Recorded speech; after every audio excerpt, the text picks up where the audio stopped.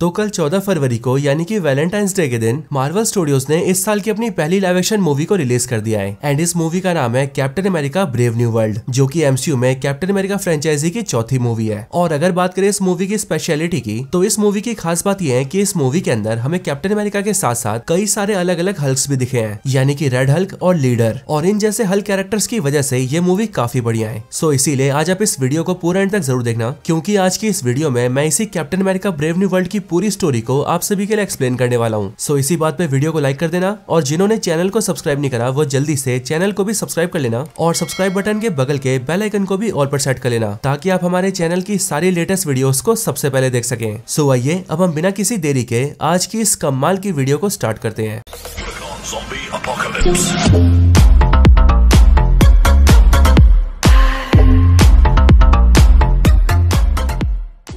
तो captain America brave new world की story start होती है थंडरबोल्ट रॉस से, और ये थंडरबोल्ट रॉस एमसीयू का वही कैरेक्टर है जो कि पहले यूएस आर्मी के अंदर जनरल हुआ करता था, और इसी की वजह से ब्रूस बैनर हल्क बना था। और अगर बात करें इसके लास्ट अपीयरेंस की, तो एमसीयू में हमने थंडरबोल्ट रॉस को लास्ट टाइम देखा था एवेंजर्स इन्फिनिटी वॉर के अंदर, और उसके बाद अब ये सीधा हमें यहाँ पर दिख रहा है। साथ ही साथ दोस्तों मैं आपको बता दूं कि जो थंडरबोल्ट रॉस के एक्टर है उनकी अभी से काफी साल पहले मौत हो चुकी है, और इसीलिए मार्वल स्टूडियोज ने थंडरबोल्ट रॉस को इन एक्टर से रिप्लेस कर दिया है, और इन नए वाले एक्टर का नाम है हैरिसन फोर्ड। सो दोस्तों जैसे इस थंडरबोल्ट रॉस से मूवी की स्टार्टिंग होती है, वैसे हमें ये पता लगता है कि ये थंडरबोल्ट रॉस अब यूएसए का प्रेसिडेंट बन चुका है, यानी कि अब से थंडरबोल्ट रॉस ही पूरे यूनाइटेड स्टेट्स ऑफ अमेरिका को रूल करेगा। लेकिन अब इसके बाद ही 5 महीने बीत जाते हैं, और 5 महीने बीतने के बाद हम सीधा सैम विल्सन से मिलते हैं, यानी कि एमसीयू के नए कैप्टन अमेरिका से। हम ये देखते हैं कि इस टाइम पर सैम विल्सन यानी कि नया वाला कैप्टन अमेरिका यूएस मिलिट्री के एयरक्राफ्ट में कई सारे सोल्जर्स के साथ मिलकर यूएसए से सीधा मैक्सिको जाता है, और इस टाइम पर सैम के साथ उसका साइडकिक टॉरस भी होता है। और हम ये जानते हैं कि सैम विल्सन के कैप्टन अमेरिका बनने के बाद उसका दोस्त या फिर यूं कहें उसका साइड की एक टॉरस अब फैल्कन बन चुका है। हम ये जानते हैं कि सैम और उसके बाकी साथी मैक्सिको एक मिशन पर आए होते हैं, और इस मिशन के अंदर उन्हें कई सारे टेररिस्टों से फाइट करनी होती है। असल में यहाँ पर हमें पता लगता है कि मैक्सिको के अंदर एक काफी पावरफुल टेररिस्ट ग्रुप है जिसका नाम है सरपेंट ग्रुप, और इस सरपेंट ग्रुप ने इस टाइम पर जापान की एक खास चीज को चोरी कर लिया है। और जापान की वो खास चीज इस टाइम पर एक कंटेनर के अंदर होती है, जो कंटेनर इस सरपेंट ग्रुप के बॉस के पास होता है, और इस सरपेंट ग्रुप का बॉस होता है साइडवाइंडर, यानी कि ये द बॉयज का स्टैन एडगर। और अब क्योंकि यूएसए और जापान दोनों फ्रेंडली कंट्रीज है, इसीलिए जापान की इस खास चीज को वापस लाने का जिम्मा यूएसए ने उठाया है, जिस वजह से सैम विल्सन और यूएस मिलिट्री के ऑफिसर्स यहाँ पर यह कंटेनर लेने आए हैं। अब यहाँ पर पहुंचने के बाद ही सैम विल्सन और टॉरस दोनों मिलकर इस ग्रुप के अड्डे में घुसते हैं, जिसके बाद ही सैम विल्सन की यहाँ के सारे टेररिस्टों से फाइट स्टार्ट होती है। इस फाइट के अंदर हम ये देखते हैं कि सैम विल्सन कैप्टन अमेरिका की शील्ड का इस्तेमाल करना काफी बढ़िया से सीख जाता है। साथ ही साथ हम यहाँ पर फैल्कन के नए वाले सूट को देखते हैं, जिस सूट के जो विंग्स होते हैं वो वाइब्रेनियम के बने होते हैं, और इसीलिए वाइब्रेनियम से बने इन स्ट्रॉन्ग विंग्स का यूज करके सैम विल्सन बड़े आराम से इन सारे टेररिस्टों को पीट देता है। और साथ ही साथ हमें इस बात का भी पता लगता है कि सैम विल्सन के जो वाइब्रेनियम से बने विंग्स हैं वो उसे वकांडा कंट्री ने एज अ गिफ्ट दिए हैं, क्योंकि दोस्तों हम इस बात को जानते हैं कि एवेंजर्स इन्फिनिटी वॉर के अंदर सैम विल्सन ने भी वकांडा में रहकर वकांडा के लिए फाइट की थी। अब इसके बाद ही सैम विल्सन यहाँ के सारे गुंडों को पीटने के बाद इन सबके लीडर के पास पहुंचता है, यानी कि सरपेंट ग्रुप के बॉस साइडवाइंडर के पास, और उसके पास पहुंचने के बाद ही वो ये देखता है कि जापान कंट्री का वो खास कंटेनर अभी उसके हाथों में है, और फिर इसलिए सैम विल्सन साइडवाइंडर से वो कंटेनर ले लेता है, लेकिन साइडवाइंडर वहां से भागने में कामयाब हो जाता है। लेकिन कंटेनर मिलने की वजह से सैम विल्सन अपनी टीम के साथ वापस यूएसए आ जाता है। अब वापस यूएसए आने के बाद हम ये देखते हैं कि सैम विल्सन टॉरस से काफी ज्यादा खुश होता है, और ऐसा इसीलिए क्योंकि मैक्सिको के अंदर टॉरस ने उसकी काफी हेल्प की थी, एंड इसीलिए टॉरस से खुश होकर सैम विल्सन उसे सीधा अपने पुराने दोस्त आइजिया ब्रैडली से मिलवाता है। अब दोस्तों जिन्होंने भी falcon and the winter soldier series देखी है वो सभी के सभी आइजिया ब्रैडली को जानते होंगे, लेकिन हाँ अगर तब भी कोई इस कैरेक्टर को नहीं जानता है तो आपको टेंशन लेने की कोई बात नहीं है, क्योंकि अभी आगे चलकर हमें इसके बारे में फिर से पता लगेगा। अब यहाँ पर सैम विल्सन जैसे ही टॉरस को आइजिया ब्रैडली से मिलवाता है, वैसे वो उसे बताता है कि आइजिया ब्रैडली एक सुपर सोल्जर है, एंड वो भी एक टाइम पर कैप्टन अमेरिका रह चुका है। ये बात जानकर टॉरस काफी ज्यादा दंग रह जाता है, लेकिन इसी के आगे सैम टॉरस को ये बताता है कि जब कैप्टन अमेरिका यानी कि स्टीव रॉजर्स रेड स्कल को हराने के बाद बर्फ में दबकर खो गए थे, तब उसके बाद यूएसए कंट्री ने आइजिया ब्रैडली को अपना नया कैप्टन अमेरिका बनाया था, और ऐसा इसीलिए क्योंकि आइजिया ब्रैडली भी स्टीव रॉजर्स की तरह ही काफी ज्यादा स्ट्रॉन्ग और बहादुर था, जिस वजह से आइजिया ब्रैडली की ताकत, बहादुरी और देशभक्ति को देखकर उसे स्टीव रॉजर्स के बाद कैप्टन अमेरिका बनाया गया। लेकिन कैप्टन अमेरिका बनने के कुछ टाइम बाद ही आइजिया ब्रैडली को 30 सालों के लिए जेल में डाल दिया गया, और फिर 30 साल जेल काटने के बाद ही वो आजाद हुए। अब टॉरस जैसे इस बात को सुनता है वैसे वो काफी ज्यादा दंग रह जाता है, और इसीलिए वो आइजिया ब्रैडली से पूछता है कि आखिरकार आपके साथ ऐसा क्यों हुआ, और जब आप एक कैप्टन अमेरिका थे तो यूएसए ने आपको 30 सालों के लिए जेल में क्यों डाला। ये बात सुनने के बाद ही आइजिया ब्रैडली टॉरस को ये बताता है कि जब स्टीव रॉजर्स के बाद उसे कैप्टन अमेरिका बनाया गया तब उसने कई सारे सक्सेसफुल मिशंस किए और हर बार अपने कई सारे साथियों की जान बचाई, और इसीलिए मेरी पॉपुलैरिटी बढ़ने लगी। लेकिन यूएसए की गवर्नमेंट ये कभी नहीं चाहती थी कि एक ब्लैक आदमी एक फेमस सुपर हीरो बने और इसीलिए यूएसए की गवर्नमेंट ने मुझे अचानक से अरेस्ट कर लिया और मुझे जेल में डालकर 30 सालों तक मेरे ऊपर एक्सपेरिमेंट करते रहे और 30 सालों के बाद ही मुझे जेल से आजादी मिली। और इसी वजह से मैं अपने देश से तो प्यार करता हूँ, लेकिन मुझे इस यूएसए देश की सरकार से बहुत नफरत है। हालांकि इन सारी बातों को जानने के बाद ही टॉरस, सैम विल्सन और आइजिया ब्रैडली तीनों काफी बातचीत करते हैं और टॉरस और ब्रैडली की भी दोस्ती काफी अच्छी हो जाती है। लेकिन फिर तभी अचानक से सैम विल्सन को एक फोन आता है और फोन उठाने पर सैम विल्सन को पता लगता है कि प्रेसिडेंट ऑफ यूएसए यानी कि थंडरबोल्ट रॉस ने व्हाइट हाउस के अंदर एक मीटिंग और एक पार्टी रखी है और इस मीटिंग प्लस पार्टी के अंदर सैम विल्सन को भी इनवाइट किया जा रहा है। अब वैसे दोस्तों जो लोग व्हाइट हाउस के बारे में नहीं जानते उन सबको मैं बता दूं कि जिस तरह से हमारे इंडिया कंट्री के अंदर हमारे प्रेसिडेंट हाउस में रहते हैं, वैसे यूएसए के प्रेसिडेंट व्हाइट हाउस में रहते हैं और यही व्हाइट हाउस उनका ऑफिस भी होता है। अब मीटिंग का इन्विटेशन मिलने के बाद ही हम ये देखते हैं कि सैम विल्सन जल्दी से तैयार होता है और आइजिया ब्रैडली एंड टॉरस दोनों को साथ लेकर सीधा व्हाइट हाउस जाता है, यानी कि ये तीनों के तीनों पार्टी ज्वाइन करते हैं। यहाँ व्हाइट हाउस आने के बाद ही सैम विल्सन की मुलाकात प्रेसिडेंट से होती है, यानी कि थंडरबोल्ट रॉस से। और सैम विल्सन से मिलने के बाद ही थंडरबोल्ट रॉस उससे कहता है कि वो सैम विल्सन से बहुत ज्यादा खुश है क्योंकि उसने मेक्सिको के अंदर अपने मिशन को काफी बढ़िया तरीके से पूरा किया है और जापान की जो चीज सरपेंट ग्रुप ने चुरा ली थी वो भी सैम विल्सन बड़े आराम से वापस ले आया है। अब इसके बाद कुछ टाइम बाद ही सीन शिफ्ट होता है और हम सीधा व्हाइट हाउस के मीटिंग हॉल को देखते हैं। हम ये देखते हैं कि इस मीटिंग के अंदर सैम विल्सन, आइजिया ब्रैडली, टॉरस और उनकी तरह और सारे गेस्ट तो होते ही हैं, लेकिन उन्हीं सबके साथ साथ यहाँ पर थंडरबोल्ट रॉस और उसके अलावा दुनिया भर की काफी सारी कंट्रीज के हेड भी होते हैं, जैसे कि जापान के प्राइम मिनिस्टर, फ्रांस के प्राइम मिनिस्टर और साथ ही साथ यहाँ पर इंडिया के प्राइम मिनिस्टर भी होते हैं। और ये इंडिया के प्राइम मिनिस्टर देखने में काफी हद तक पीएम मोदी जैसे लग रहे होते हैं। लेकिन अब इसके बाद ही यूएसए के प्रेसिडेंट यानी कि थंडरबोल्ट रॉस इस मीटिंग को स्टार्ट करता है और वो सभी से कहता है कि आज से काफी टाइम पहले इंडियन ओशन के अंदर एक नए आइलैंड का जन्म हुआ है जिसका नाम है सेलेस्टियल आइलैंड। और दोस्तों ये सेलेस्टियल आइलैंड और कोई नहीं बल्कि टियामत द सेलेस्टियल होता है, जिसके उभरते हुए इमरजेंस को इटर्नल्स ने रोक दिया था, लेकिन इसके सख्त होने की वजह से ये एक आइलैंड जैसा बन गया। और उसी की बात करते हुए थंडरबोल्ट रॉस सबसे कहता है कि जब इंडियन ओशन के अंदर इस सेलेस्टियल आइलैंड का इमरजेंस हुआ तब दुनिया की सारी कंट्रीज का ध्यान इस पर गया और इस आइलैंड पर आकर बहुत सारी कंट्रीज ने रिसर्च किया एंड फिर जाकर हमें पता लगा कि ये आइलैंड एक नए तरह के मेटल से बना है, एक ऐसा मेटल जो कि पूरी दुनिया में कहीं नहीं पाया जाता, लेकिन ये मेटल वकांडा के वाइब्रेनियम से भी ज्यादा स्ट्रॉन्ग है और इस मेटल का नाम है एडमेंटियम। लेकिन जैसे एडमेंटियम के बारे में दुनिया को पता लगा वैसे उसे हथियाने की होड़ मच गई और इसीलिए कई सारे देशों के बीच अनबन होने लगी। लेकिन तब जाकर हमारा देश यानी कि यूएसए सामने आया और हमने इन सारे देशों का संगठन बनाने का फैसला लिया और हमने ये डिसाइड किया कि हम ये सारे देश एक साथ मिल जाएं और साथ मिलकर उस सारे एडमेंटियम को आपस में बांट लें ताकि सभी को एडमेंटियम भी मिल जाए और किसी के बीच टकरार ना हो। और आज के दिन इस मीटिंग में हम सारे देश मिलकर उसी प्रस्ताव को पास करने आए हैं। अब इसके साथ ही थंडरबोल्ट रॉस यहाँ पर यह भी कहता है कि हमारे मित्र देश जापान ने इस सेलेस्टियल आइलैंड पर पाए जाने वाले एडमेंटियम पर काफी अच्छी रिसर्च की थी और उन्होंने एडमेंटियम के प्योर फॉर्म को अचीव कर लिया था, लेकिन उसी प्योर एडमेंटियम को सरपेंट ग्रुप ने चोरी कर लिया, जिसके बाद हमारे कैप्टन अमेरिका ने मैक्सिको जाकर जापान के उस एडमेंटियम से भरे कंटेनर को उनसे वापस ले लिया और इसके लिए वो यहाँ पर कैप्टन अमेरिका को थैंक यू बोलता है। लेकिन दोस्तों इन सब चीजों के दौरान ही हम ये देखते हैं कि यहाँ इस मीटिंग में अचानक से जोर जोर से गाना बजने लगता है और गाना बजने के साथ ही आइजिया ब्रैडली खड़ा होता है और वो पास में खड़े गार्ड की बंदूक छीनकर उस बंदूक से सीधा थंडरबोल्ट रॉस पर फायरिंग कर देता है। और सिर्फ आइजिया ब्रैडली नहीं बल्कि वह व्हाइट हाउस में खड़े यूएसए के 4 सोल्जर्स भी सामने आते हैं एंड वो लोग भी अपनी गन्स निकालकर फायरिंग करना स्टार्ट कर देते हैं। हालांकि उस फायरिंग से थंडरबोल्ट रॉस बच जाता है, जिसके बाद सैम विल्सन जल्दी से आइजिया ब्रैडली को कंट्रोल करता है और वो आइजिया ब्रैडली के हाथों से गन छीनने की कोशिश करता है, जिसके बाद आइजिया ब्रैडली और बाकी के वो 4 सोल्जर्स सभी से फाइट करने लगते हैं। अब इसी फाइट के दौरान यहाँ पर एक लड़की की एंट्री होती है जो कि बिल्कुल ही ब्लैक विडो की तरह फाइट करती है और वो एक एक करके सभी शूटर्स को ढेर कर देती है। एंड हमें इस लड़की के बारे में पता लगता है कि इस लड़की का नाम रूथ है और ये यूएसए के प्रेसिडेंट यानी कि थंडरबोल्ट रॉस की पर्सनल सिक्योरिटी एडवाइजर है, यानी कि उसकी पर्सनल बॉडीगार्ड। और ये लड़की एक्चुअल में एक इजरायली है जिसने की रशिया के रेड रूम से ट्रेनिंग ली है, यानी कि दोस्तों ये सच की ब्लैक विडो है। अब इसके बाद हम ये देखते हैं कि ये रूथ, सैम विल्सन और बाकी सारे गार्ड्स मिलकर 5 शूटर्स को पकड़ लेते हैं और इन सब के पकड़े जाने के बाद ही सैम सीधा आइजिया ब्रैडली के पास आता है एंड वो उससे पूछता है कि आखिर यार उसने ऐसा क्यों किया और ऐसी क्या वजह थी जिस वजह से आइजिया ब्रैडली ने सीधा यूएसए के प्रेसिडेंट पर गोलियां चला दी। बट दोस्तों सैम के ऐसा पूछने पर हम ये देखते हैं कि आइजिया ब्रैडली को इस बारे में कुछ भी याद नहीं होता है और इसीलिए वो सैम से कहता है कि मैंने कुछ भी नहीं किया है और तुम जो कह रहे हो वैसा मुझे कुछ भी याद नहीं है। और दोस्तों जिस तरह से बकी बांस विंटर सोल्जर बनकर जो भी कांड करता है वो उसे याद नहीं रहता है, बिल्कुल वैसा ही यहाँ पर आइजिया ब्रैडली को देखकर भी लगता है, क्योंकि यहाँ पर इसे भी थंडरबोल्ट रॉस के ऊपर की जाने वाली फायरिंग के बारे में कुछ भी याद नहीं होता है। लेकिन अब क्योंकि इसने काफी बड़ा जुर्म किया होता है इसलिए आइजिया ब्रैडली को अरेस्ट करके सीधा जेल में डाल दिया जाता है। बट उसके जेल में जाने के बाद ही सैम उससे मिलने आता है और वो आइजिया ब्रैडली से कहता है कि मैं जानता हूँ कि तुम ऐसे बिल्कुल भी नहीं हो और तुम यूएस के प्रेसिडेंट पर कभी भी गोली नहीं चलाओगे और इसीलिए मैं तुमसे वादा करता हूँ कि मैं इस बारे में जानकर रहूंगा कि ये सब किसने करवाया है और फिर उसके बाद मैं बहुत ही जल्द तुम्हें जेल से बाहर निकाल लूंगा।